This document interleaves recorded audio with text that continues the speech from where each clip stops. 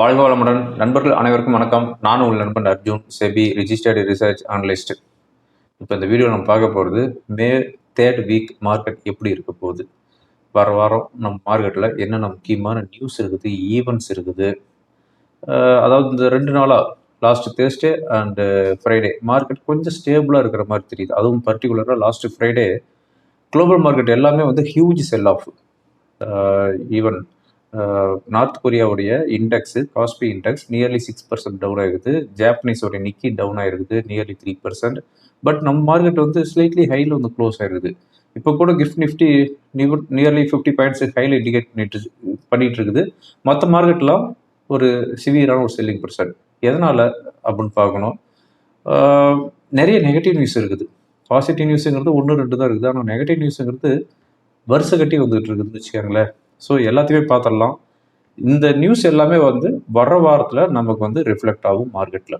அதனால் market நிஃப்டியுடைய support என்ன, resistance என்ன, இந்த வாரம் மார்க்கெட் ஏறுமா இறங்குமா அப்படிலாம் கேட்காதீங்க.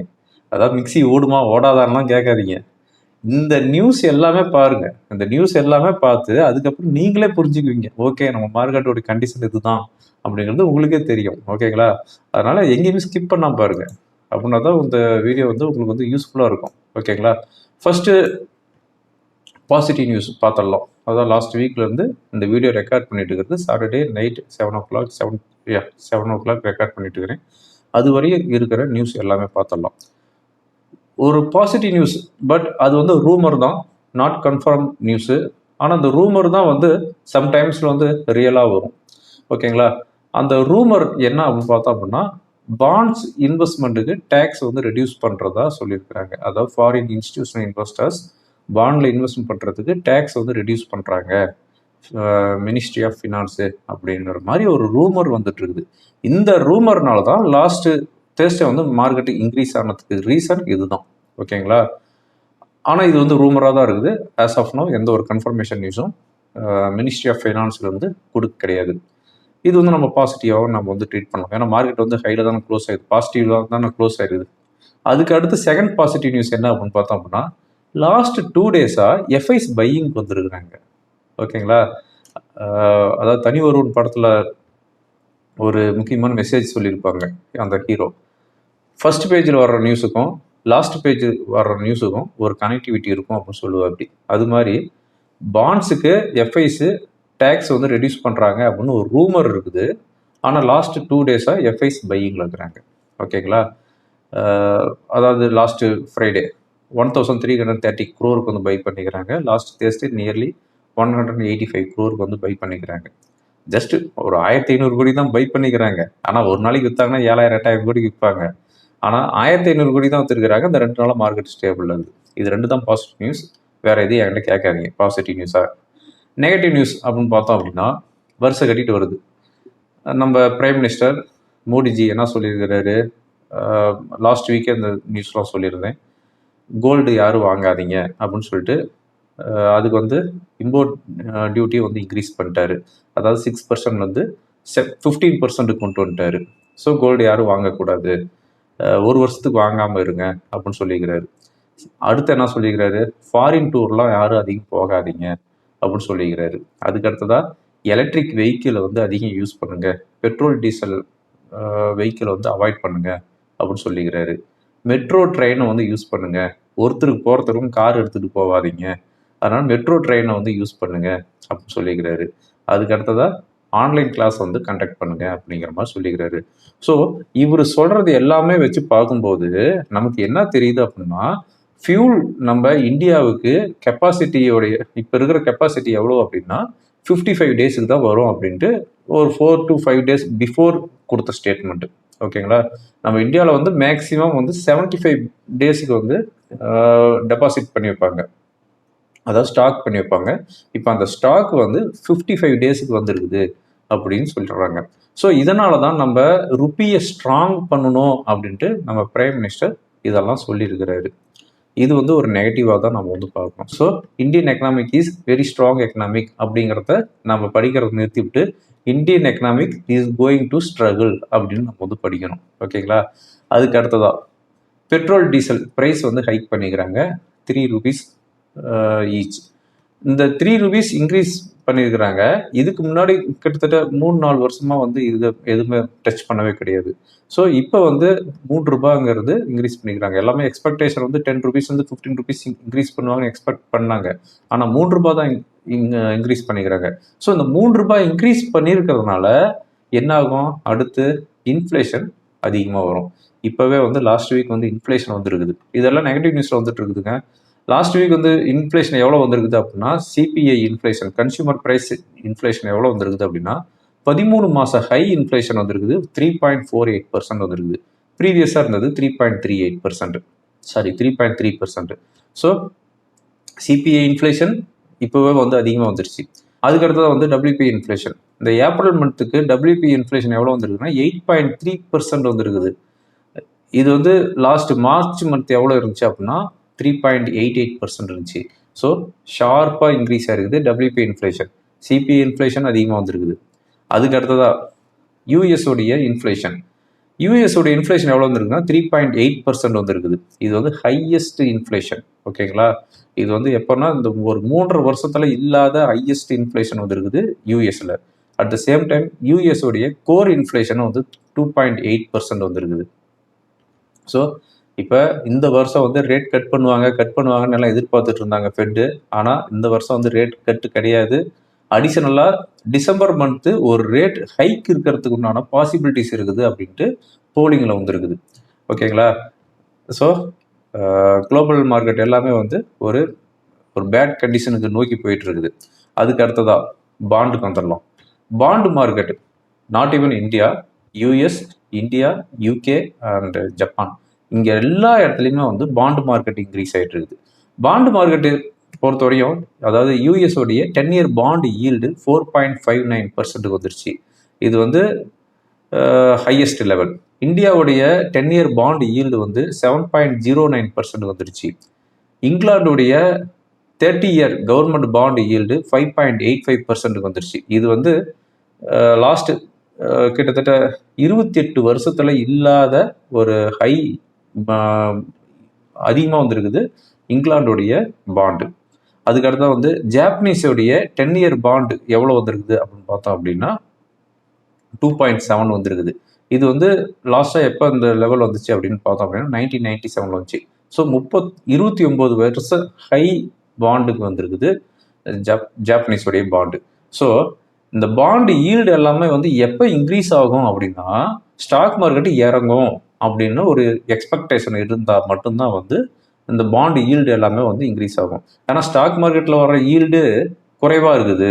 அப்போ நம்ம பாண்டில் போய் இன்வெஸ்ட்மெண்ட் பண்ணலாம், பாண்ட்லேயே நமக்கு வந்து நல்ல ஈல்டு கிடைக்குது இல்லை அப்படின்னு போய் பாண்டில் போய் இன்வெஸ்ட்மெண்ட் பண்ணுறாங்க. ஓகேங்களா? நம்ம நிஃப்டி 50 ஈல்டு எவ்வளோ இருக்குது அப்படின்னா, அதாவது டிவிடெண்ட் ஈல்டு எவ்வளோ இருக்குதுன்னா 1.4% இருக்குது. அதே மாதிரி ஏர்னிங்ஸ் ஈல்டு எவ்வளோ இருக்குது அப்படின்னு பார்த்தோம் அப்படின்னா 4.5% இருக்குது. ஸோ நம்ம இந்தியாவுடைய 10-year பாண்ட் ஈல்டு 7% இருக்குது. இந்தியன் மார்க்கெட்டுடைய ஈல்டு எவ்வளோ இருக்குது, ஏர்னிங்ஸ் ஈல்டு எவ்வளோ இருக்குதுன்னா 4.75% இருக்குது. ஓகேங்களா? ஸோ அதனால வந்து எல்லாம் எங்கே போய் இன்வெஸ்ட்மெண்ட் பண்ணுவாங்க? பாண்ட்லேயே இன்வெஸ்ட்மெண்ட் பண்ணுறாங்கப்பா, பாண்ட்லேயே நல்ல இன்கம் வருது, ஸ்டாக் மார்க்கெட்டில் இன்கமே வரமாட்டேங்குது அப்படின்னா பாண்டுக்கு போகிறாங்க. அதனால தான் பாண்டு மார்க்கெட்டு ஈல்டு வந்து இன்க்ரீஸ் ஆகுது. ஓகேங்களா? ஓகே, அதுக்கு அடுத்ததா இந்த பாண்டு ஈல்டுலாம் வந்து இன்க்ரீஸ் ஆகுது அப்படின்னா ஃபர்ஸ்ட் சிம்டம்ஸ் ஸ்டாக் வந்து ஃபாலோ ஆகும். ரெண்டாவதாக வந்து இன்ஃப்ளேஷன் அதிகமாக வரும். அதுக்கு அடுத்ததாக வந்து ஃபெட்டு வந்து ரேட் ஹைக் பண்ணுவாங்க. ஸோ இதெல்லாமே வந்து சிம்டம்ஸ் வந்தால் மட்டும்தான் வந்து பாண்டு ஈல்டு வந்து இன்க்ரீஸ் ஆகும். அதுக்கு அடுத்து நெகட்டிவ் நியூஸ் என்ன அப்படின்னு பார்த்தோம்னா ருப்பி 96 வந்துருச்சு. நம்ம கவர்மெண்ட்டு இந்த ருப்பியை வந்து கண்ட்ரோல் பண்ணுறதுக்கு, ஸ்ட்ராங் பண்ணுறதுக்கு எந்த ஒரு ஸ்டெப்பும் எடுக்க மாட்டேங்கிறாங்க. ரொம்ப ஒரு ஒர்ஸ்டான ஒரு கண்டிஷனில் இருக்குது. இந்தியன் ருப்பி 96க்கு போயிருக்குது. ஓகேங்களா? இதை பற்றி நான் ஒரு செப்பரேட் வீடியோவை நான் போடுறேன்.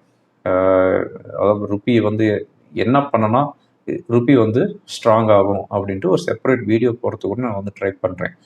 இதை பற்றி பேசணும் அப்படின்னா கிட்டத்தட்ட நமக்கு ஒரு 20 நிமிஷம் இதிலே போயிடும். அதனால் ருப்பி ரொம்பவும் ஒர்ஸ்ட்டாக இருக்குது. அதுக்கு அடுத்ததாக வந்து ரிசர்வ் பேங்க் ஆஃப் இந்தியாவுடைய ஃபாரெக்ஸ் ரிசர்வ் குறைஞ்சிருக்குது. 720 பில்லியன் யூஎஸ் டாலர்லேருந்து இப்போ வந்து எவ்வளோ வந்திருக்குன்னா 690 பில்லியன் யூஎஸ் டாலருக்கு வந்துருச்சு. ஓகே, அதுக்கு அடுத்ததாக நெகட்டிவ் நியூஸ் அப்படின்னு பார்த்தோம் அப்படின்னா ட்ரம்ப் வந்து சைனாவுக்கு வந்து விசிட் போயிருக்கிறாரு.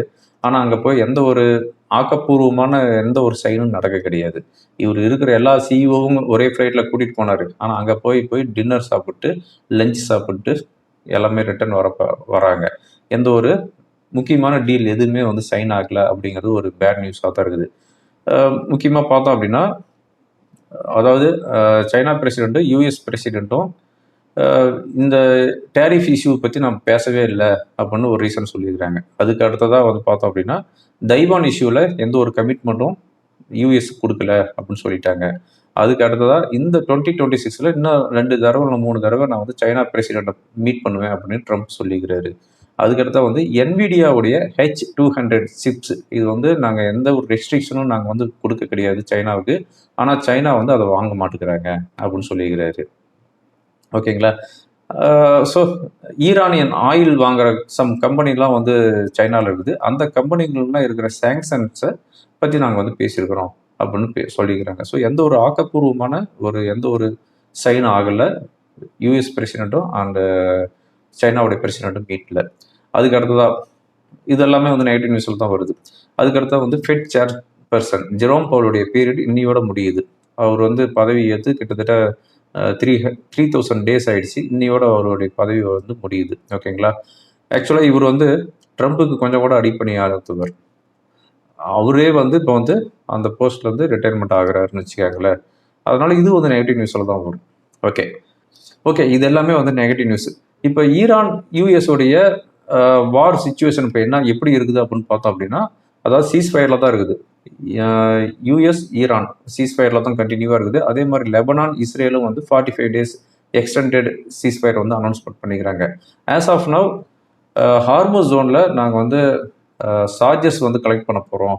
அதாவது எல்லா ஷிப்புக்குமே வந்து சார்ஜஸ் வந்து கலெக்ட் பண்ண போகிறோம். இதுக்கு வந்து நான் டைரக்ட் பண்ணுறதுக்கு சம் குரூப் வந்து நாங்கள் வந்து ஃபார்ம் பண்ணியிருக்கிறோம் அப்படின்னு சொல்லியிருக்கிறாங்க. அட் த சேம் டைம் அந்த ஹார்மோஸ் ஜோனில் ஒவ்வொரு ஷிப்பும் வந்து போகும்போது அதுக்கு பாதுகாப்பாக வர்ற ஷிப்புக்கும் நாங்கள் வந்து கலெக்ட் பண்ணுவோம், மணி கலெக்ட் பண்ணுவோம். இது எல்லாமே வந்து சைனாவுடைய யுவானில் தான் நாங்கள் வந்து கலெக்ட் பண்ணுவோம் அப்படின்னு ஈரான் வந்து சம் டீட்டெயில்ஸ் வந்து கொடுத்துருக்குறாங்க. ஓகேங்களா? எல்லா கப்பலுக்கும் நாங்கள் வந்து உத்தரவாதம் கொடுக்குறோம் அப்படின்னு ஈரான் வந்து சொல்லியிருக்கிறாங்க. ஸோ இது வந்து ஒரு கொஞ்சம் பாசிட்டிவாக நம்ம வந்து ட்ரீட் பண்ணலாம். ஓகே, லாஸ்ட் வீக்கை பொறுத்தவரையும் சென்செக்ஸ் அண்ட் நிஃப்டி ரெண்டுமே வந்து 2% to 2.5% வரைக்கும் டவுனில் க்ளோஸ் ஆயிருது. எஃப்ஐஸ் 13,583 crore வந்து செல் பண்ணிக்கிறாங்க. இது வந்து last Monday, Tuesday and Wednesday, Thursday and Friday வந்து பையிங்கில் வந்துட்டாங்க. ஸோ அந்த 3 நாளில் வந்து 13,583 கோடி வந்து செல் பண்ணிக்கிறாங்க. டொமஸ்டிக் லாஸ்ட் 5 டேஸில் வந்து 4 டேஸ் வந்து பை பண்ணிக்கிறாங்க. 18,524 கோடி பை பண்ணிக்கிறாங்க. லாஸ்ட் ஃப்ரைடே ஐ திங்க் செல்லிங்கில் இருக்கிறாங்க. ஓகே, வாரத்தில் இருக்க முக்கியமான ஈவெண்ட் என்ன அப்படின்னு பார்த்தோம் அப்படின்னா, மண்டே அதாவது May 18 அன்னைக்கு earnings report GNFC, IOC, JK paper, JSW cement, Zydus wellness இவங்க வந்து ஏர்னிங்ஸ் ரிப்போர்ட் வந்து சப்மிட் பண்ணுறாங்க. அன்றைக்கி வந்து சைனாவுடைய இண்டஸ்ட்ரியல் ப்ரொடக்ஷன் டேட்டா ஆகுது. டியூஸ்டே May 19 அன்னைக்கு BEL, BPCL, Karnataka bank, Mankind pharma, Zydus life இவங்க வந்து ஏர்னிங்ஸ் ரிப்போர்ட் சப்மிட் பண்ணுறாங்க. அன்னைக்கு மார்னிங் 5:20 AM ஜப்பானுடைய ஜிடிபி இருக்குது. வெனஸ்டே May 20 அன்னைக்கு Apollo hospital, Bosch, Grasim, Jubilant food, Motherson Sumi இவங்க வந்து ஏர்னிங்ஸ் ரிப்போர்ட் சப்மிட் பண்ணுறாங்க. அன்னைக்கு மார்னிங் 11:30 AM இங்கிலாந்துடைய இன்ஃப்ளேஷன் இருக்குது. ப்ரீவியஸாக இருக்கிற இன்ஃப்ளேஷன் 3.3%, இப்போ ஃபோர்காஸ்ட் 3%. அன்றைக்கி நைட்டு 11:30 PM FOMC மினிட்ஸ் இருக்குது. அன்றைக்கே வந்து வெனஸ்டே யூகேவுடைய அதுக்கு அடுத்ததாக வந்து தேர்ஸ்டே 21 அன்னைக்கு Aurobindo Pharma, PKG Foods, Emami, Energies India, GAIL, ICRA, ITC இவங்க வந்து ஏர்னிங்ஸ் ரிப்போர்ட் சப்மிட் பண்ணுறாங்க. அன்னைக்கு இந்தியாவுடைய மேனுஃபேக்சரிங் PMI டேட்டா, யூரோப் ஜோனுடைய மேனுஃபேக்சரிங் PMI டேட்டா, UK உடைய மேனுஃபேக்சரிங் PMI டேட்டா, US உடைய மேனுஃபேக்சரிங் PMI டேட்டா, US உடைய இனிஷியல் ஜாப்லெஸ் கிளைம்ஸ் இதெல்லாம் வருது. ஃப்ரைடே 22 அன்னைக்கு Colgate, Hindalco, Ramco cement, star cement, sun pharma, Torrent pharma இவங்க வந்து ஏர்னிங்ஸ் ரிப்போர்ட் கொடுக்குறாங்க. அன்னைக்கு ஜப்பானுடைய இன்ஃப்ளேஷன் வருது. ப்ரீவியஸாக இருக்கிற இன்ஃப்ளேஷன் 1.5%, எக்ஸ்பெக்டேஷன் 1.8%. ஓகேங்களா? அன்னைக்கு வந்து இந்தியாவுடைய ஃபாரின் எக்ஸ்சேஞ்சுடைய ரிசர்வ்ஸ் என்ன அப்படிங்கிற அனௌன்ஸ்மெண்ட் வருது. ஸோ இதெல்லாம் வாரத்தில் இருக்கிற ஈவெண்ட்டு. ஓகே, எஃப்ஐஸ் என்ன பண்ணிக்கிறாங்க லாஸ்ட் வீக் அப்படின்னு பார்த்தோம் அப்படின்னா, அதாவது லாஸ்ட் ஃப்ரைடே 88% ஷார்ட்டில் இருக்கிறாங்க. மற்றவங்க எல்லாமே வந்து லாங்கில் தான் இருக்கிறாங்க. ஸோ எஃப்ஐஸ் உடைய பொசிஷன் 88% ஆஸ் ஆஃப் நவ் வந்து ஷார்ட்டில் இருக்குது. ஓகே, நிஃப்டியோடைய ரெசிஸ்டன்ஸ் இந்த வாரம் எப்படி இருக்கும் அப்படின்னு பார்த்தோம் அப்படின்னா, 24,000ங்கிறது ரெசிஸ்டன்ஸ். 24,000க்கு மேலே சஸ்டெயின் ஆகிட்டு இருந்துச்சுன்னா 24,250 டு 24,500 வரையும் போகிறதுக்குண்டான வாய்ப்பு இருக்குது. சப்போர்ட் அப்படின்னு பார்த்தோம் அப்படின்னா 23,500 வந்து 23,250 வரையும் சப்போர்ட் தான் இருக்குது. ஸோ எவ்ரி 250 பாயிண்ட்ஸ் வந்து சப்போர்ட் அண்ட் ரெசிஸ்டன்ஸ் இருக்குது. Suppose if sustains below 23,250, then we'll take next support around 23,100. அதுக்கு கீழே போச்சு அப்படின்னா மார்க்கெட் வந்து ஃபர்தராக நல்ல ஒரு செல்லிங் ப்ரெஷர் வரும் அப்படின்னு எதிர்பார்க்கலாம். ஓகேங்களா? ஸோ டெக்னிக்கலாக என்ன இண்டிகேட் பண்ணுது அப்படிங்கிறதையும் பார்த்துடலாம். நான் பார்த்துட்டு இருக்கிறது நிஃப்டியோடைய டே கேண்டில் பார்த்துட்டு இருக்கிறோம். இப்போ நிஃப்டியோடைய ரெசிஸ்டன்ஸ் அப்படின்னு பார்த்தோம் அப்படின்னா இதுதான் 24,000ங்கிறது ரெசிஸ்டன்ஸ். 24,000க்கு மேலே போச்சு அப்படின்னா 24,250, தேர் ஆஃப்டர் 24,500. சப்போர்ட் அப்படின்னு பார்க்கும்போது இங்கே ஒரு ட்ரெண்ட் லைன் போட்டிருக்கோம் பார்த்தீங்கன்னா, இந்த ட்ரெண்ட் லைனோடைய சப்போர்ட் அப்படின்னு பார்த்தோம் அப்படின்னா 23,500. 23,500ங்கிறது இந்த ட்ரெண்ட் லைனுடைய சப்போர்ட். சப்போஸ் இதுக்கு கீழே வந்துச்சு அப்படிங்கிற பட்சத்தில் 23,250, தென் 23,100. 23,100க்கு கீழே வரும்போது நல்லாவே வந்து ஒரு செல்லிங் ப்ரெஷர் வர்றதுக்கு உண்டான வாய்ப்பு இருக்குது. 22,800. ஓகேங்களா? ஓகே ஃப்ரெண்ட்ஸ், இந்த வீடியோ உங்களுக்கு ரொம்ப யூஸ்ஃபுல்லாக இருக்கும்னு நினைக்கிறேன். யூஸ்ஃபுல்லாக இருந்துச்சு அப்படின்னா ஃப்ரெண்டுங்களுக்கு ஃபாலோ பண்ணுங்கள். தேங்க்யூ ஃபார் வாட்சிங். வாழ்க வளமுடன்.